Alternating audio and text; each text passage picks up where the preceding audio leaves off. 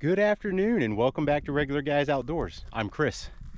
Today is Sunday, October 6th, and this morning I was duck hunting. If you saw the previous video, you know I had a great time duck hunting yesterday.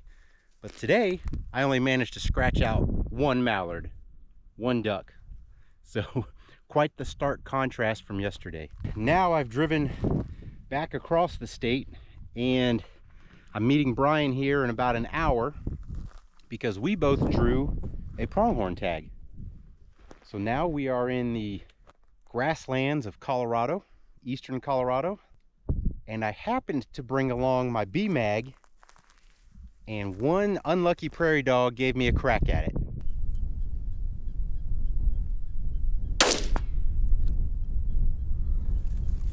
I haven't popped one of them jokers for a while, and it was nice. The distinct thwop of a solid hit was nice to hear. Today, Brian and I will probably just drive around a little bit. I've been driving around, trying to see some of these roads, because when you look on your map, Onyx, you see a lot of gray roads. And they look, so they're roads. Well, you zoom in, and the gray disappears, and there's clearly no road on the satellite imagery. So you think you can go around until you zoom in and you realize there's no road. So I've run into that problem a little bit, so that's pretty frustrating. I also have not seen any pronghorn in the GMU that we drew a tag for. Hopefully we can remedy that and get on to something. And then Brian shows up at our predetermined time and place. We exchanged some pleasantries. Howdy there. How's it going? This place is a desert. It's pretty deserty. Yeah, I saw. You ever been down here? No. I saw some tarantulas crossing the road and I stopped. It is getting to be their what do they call that? Their migration time. Yeah. I took some pictures. Blown away by that. I've never seen a tarantula before. An upfront warning about this video.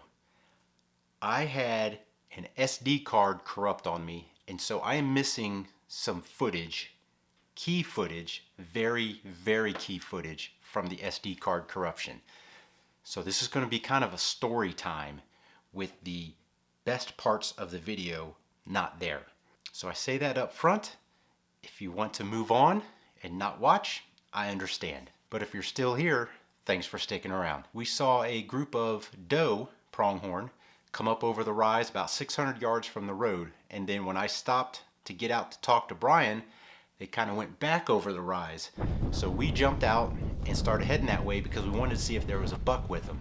So we move out there, and along the way we saw one of the tarantulas we were talking about, and I threw down my chapstick with Leuco tape wrapped around it for scale. So that's a regular sized chapstick. We never saw a buck in that group, and I actually never saw them once we left the vehicles. They cover some ground, even when they're not running, they cover some ground pretty quick. So then we start driving around a little more, and we spot a buck and doe on private land, but it's very near public land. So we thought, hey, we need to keep that in mind. So we drive a little further, and we see two bucks on public land. Is that two bucks? I think the left one's a buck too.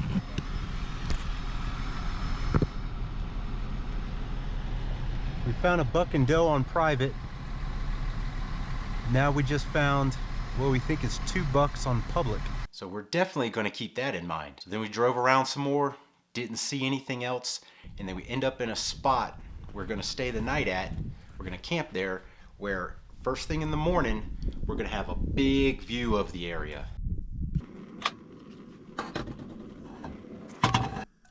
And since Brian's got his camper with us, we're going to do some nice French press coffee. No instant this morning. We're living the high life.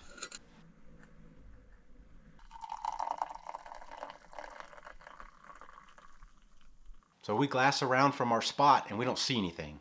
So we start driving around, trying to look. And then all of a sudden, Brian comes to a stop. So I pull in right behind him and stop, and Brian's getting his gun out of the truck. He sees pronghorn at about 500 yards. I start recording these guys, and we're both trying to get ranges on them. And it took a long time to get a range. We just couldn't get anything to ping. I can't get a range on them, dude. I think that's like 400. I got the cow at 245, the black cow on the right. They got to be twice that. Boy, he stands out once I can see him.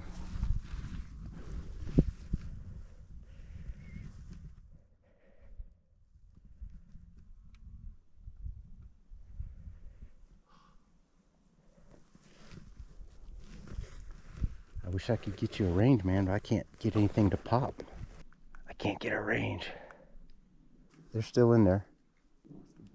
The buck just ran into the herd. Dude, they're 500. I just got something to ping at 475. Eventually we got a range that was about 500 yards. So Brian's sitting down low and he's trying to get steady for a shot, but 500 is long ways past both our range. We're getting a good look at this buck, but Brian realizes we've got to get him forward. So I'm gonna stay by the trucks and just try to film, and he's gonna move forward. So Brian moves forward about 100 plus yards and gets back into position.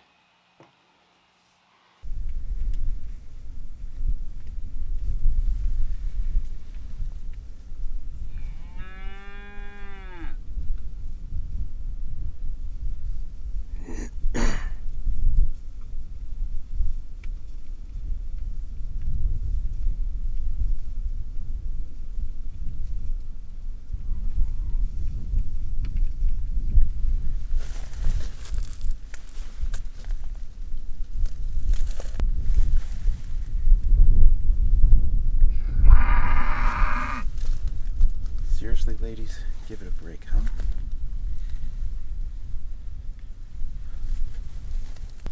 Now, to make a long story short, there was a miscommunication about range and holdover. So Brian takes a shot, and it's a clean miss. There was absolutely no bang flop.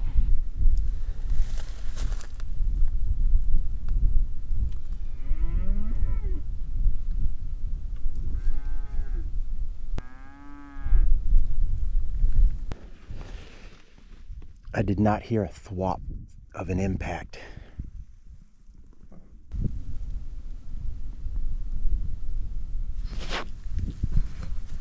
So we see the pronghorn circle around and go way out to, kind of off to our left. So if our vehicles are facing 12 o'clock, they start going around 11 o'clock, 10:30 over here. So we grab our rifles and head in that direction as well. So we play with those guys for the next almost 3 hours.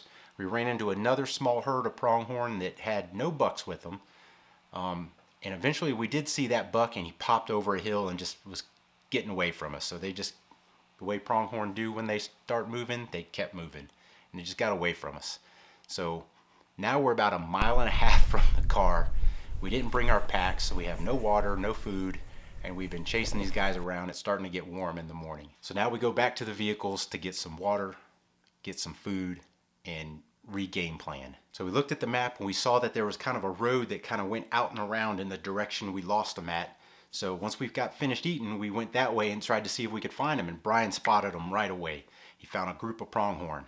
So we looked at the map, found a way that we could probably get fairly close to them and walk concealed and stealthily right to them. So we start moving, we're moving toward them. When we get there, they aren't there. They've clearly moved on because they were in the middle of this green patch and they are nowhere to be found. And when we finally spot them again, they're on the far side of the green patch. So they moved quite a bit in that time it took us. But you know, we did walk over 1 mile to get there. Then we continue to move, and now we're about 1.5 miles into it, and we finally catch up to them. We are currently about 260 to 280 from 5-6 does. We cannot find a buck in this group. So after 1.5 miles plus stalk, we still don't see this buck or a buck.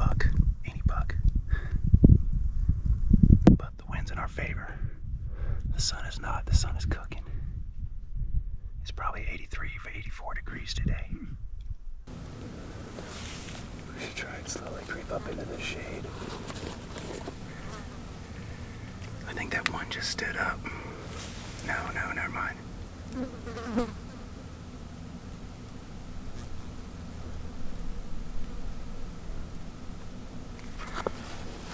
Promise we got that one that's right there. Yeah, just looking at us.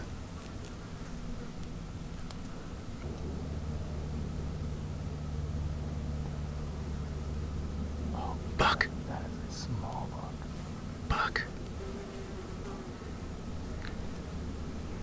I like this big.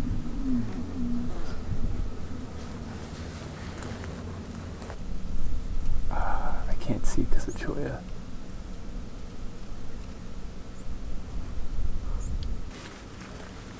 He's yours if you want him. No. As much as I want to pull the trigger. Considering how many preference points we burned for this tag, neither one of us wanted to shoot that tiny little buck on opening day.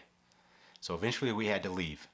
So we start driving and we decide, let's go check out the area where we saw the 2 bucks on private land or on public land and see what's going on over there. We get over there, we park, and we start glassing, and I swear I can see a head out there, but there's so much mirage coming off the ground, and then I swear I saw ears move, and so we decide to drive up around and come and glass in from the backside. So then we saw the buck. There was a buck bedded. I don't know who he was bedded in because there's almost zero vegetation there, but he was bedded in something and we could only see his head. So we came up with a game plan. Brian's going to walk beside my car and I'm going to drive. And when we get parallel with this buck, because he's not that far from the road, he's probably 250, 300 from the road, Brian's going to stop walking and I'm going to continue driving. If you have running boards, I could just hang on. He's up. He's up. He's up. Is he running? No. I see him now. Yeah, I see him clear as day. Do you want to dip in this ditch? Now let's keep going. I think, slow it down a little bit. I think that when we get to these yellow, I should be able to take a shot. Looks like he's just grazing. Yeah. Look, slow it down again. He's not that far off the road. No, he's not.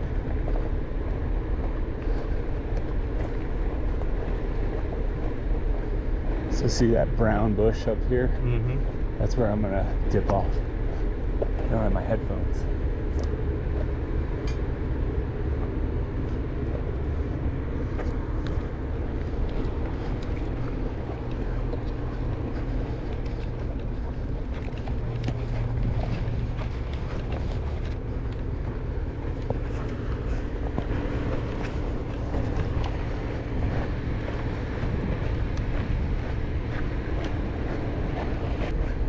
Probably keep this speed out so he stays distracted. Yeah, I'm just going to coast out.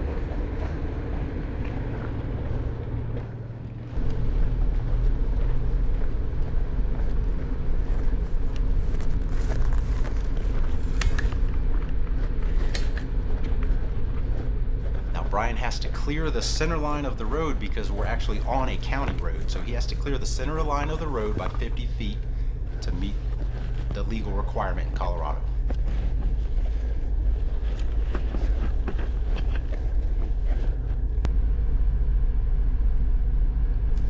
Does not seem alerted at all. Brian is off the road far enough to be legal.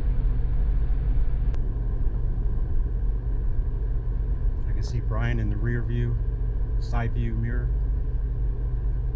Buck is just feeding and grazing. He hit it.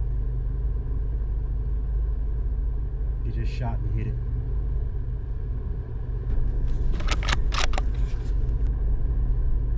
Doe just popped up and ran.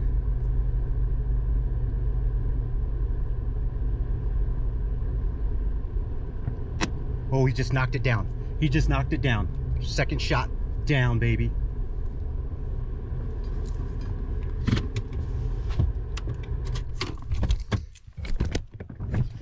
Hell yeah.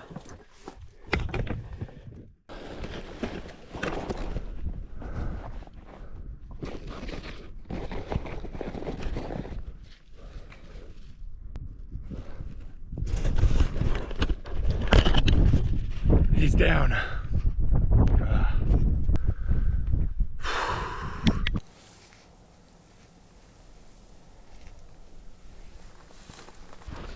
I know that probably isn't the best video content,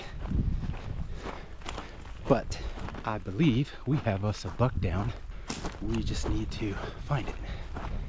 Not find it, that'll be easy. We just need to make our way to it.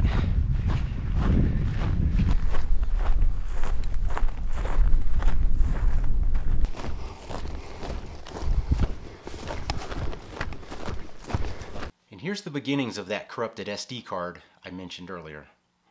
I didn't lose this file, but there was lots of spots like this on it.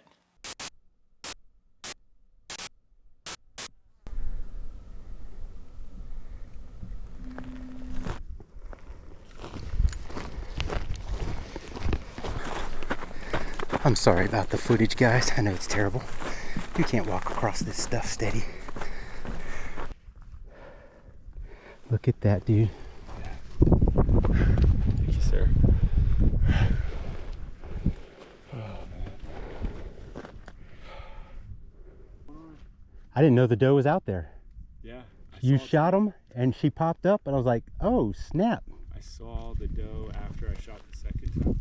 Yeah, and then she was like over here looking back for a while. And I was like, is that, don't tell me that's the buck stand. Like, he couldn't have got up after that. He hit the dirt hard. Like, did you see the dust cloud he made when he hit the dirt the second time? No, I was, I mean, it looked like he got knocked over by a truck. Which, I mean, in his antler, I guess it's not technically an antler. It's in the dirt right there. Like, he like really went deep and hard. Look at his antler there. well, You need a zip tie? I do, actually.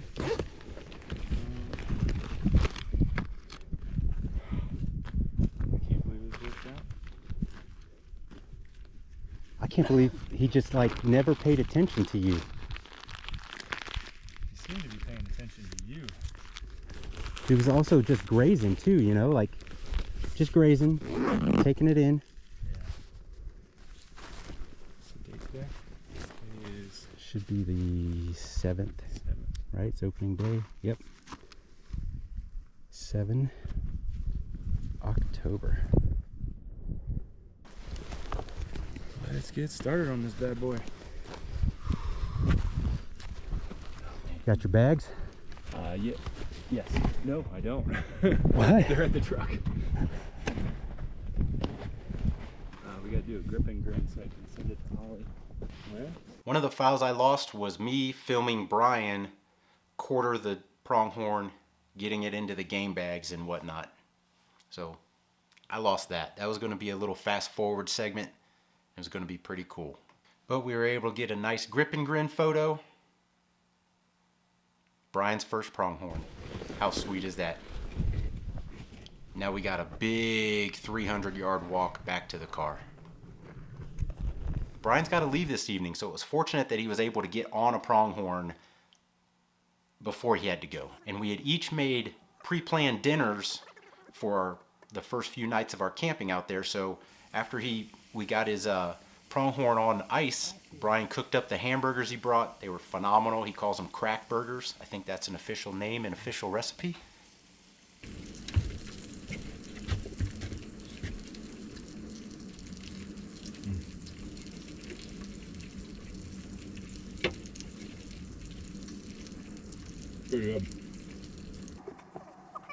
And then we both went our separate ways. Now, I was going to go to this other tract of public land, but to get there, I knew I wouldn't have enough time in the evening to get there and do anything. So what I was going to do is just meander my way through the public land and check things out on my way there, camp there, and then I'd wake up kind of where I want to be. Well, on my way there, I'm getting ready to hit an intersection. There was a 90-degree right turn. And as I approach it, I see pronghorn up here, but I know that's private land. But I've got 200 yards of private in front of me, and They're in the private. I'm pretty sure they were in private, and behind them was public. So I start looking at my map thinking, well, how do I get around the backside? Because maybe they are on public. I don't know exactly how far away they are. Maybe they are on the public. How do I get around in there? So I'm looking at my map, and then I look over, and there's a pronghorn buck walking parallel down the road I just drove. 250 yards off the road, walking parallel. So like I said, I'm at a corner, so he crosses the road, and I'm like, holy crap. So I just pull forward off the road, get out, I grab my gun, grab my camera, set up the camera, turn it on, hit record. He starts to run. I lay down, he starts walking, I shoot him, he goes down. But guess what file was corrupted on that SD card? That one. I watched it back twice because I had to figure out, I couldn't see him laying on the ground, so I had to figure out what bush, what cactus out there did I knock him down by. So I played it back on the camera a couple times, saw which bush I had to walk toward, and then started heading that way. So Brian can't come back. He's got to go get ice on his. And so let's go over and see my guy. Let's go over and see him. So once I saw what kind of bush he was near, I started walking that way, and then I realized he was actually just walking on this cattle trail. I tried to film it with the camcorder, but that's the card that corrupted, so I really can't show you anything there. But he was walking along this cattle trail.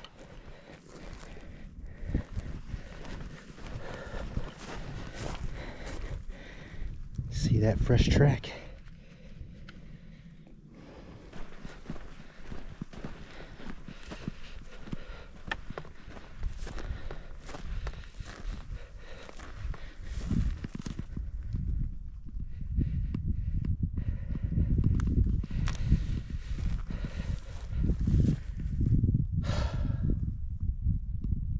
That's my first pronghorn buck. Second pronghorn ever. Wow.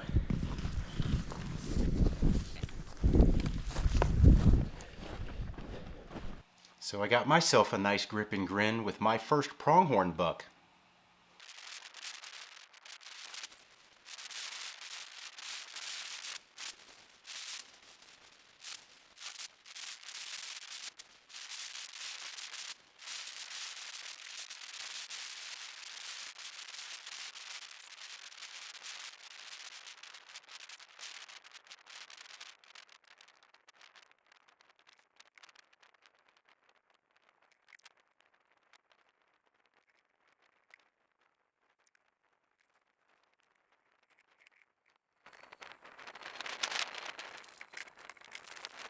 So I'm about done and packed up, and what's really nice, the sun is still up. My car is only 250 yards away. Brian and I got our first pronghorn bucks, and I think that's Brian's first pronghorn at all, and I've only got the doe prior, and I think that was 2018, 2017, something like that. So it's been a while since I've gotten a pronghorn.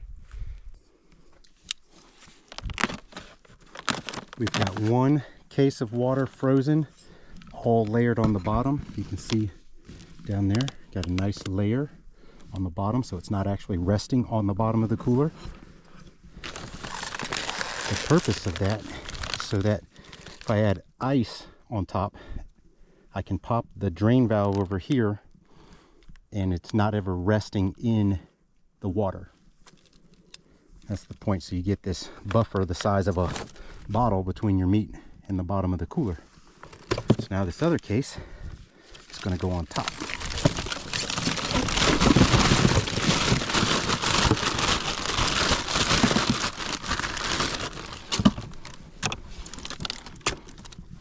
Some are still frozen mostly. Some are mostly defrosted, but I don't think any of them are completely defrosted. And these were put in here Friday. It's now Monday.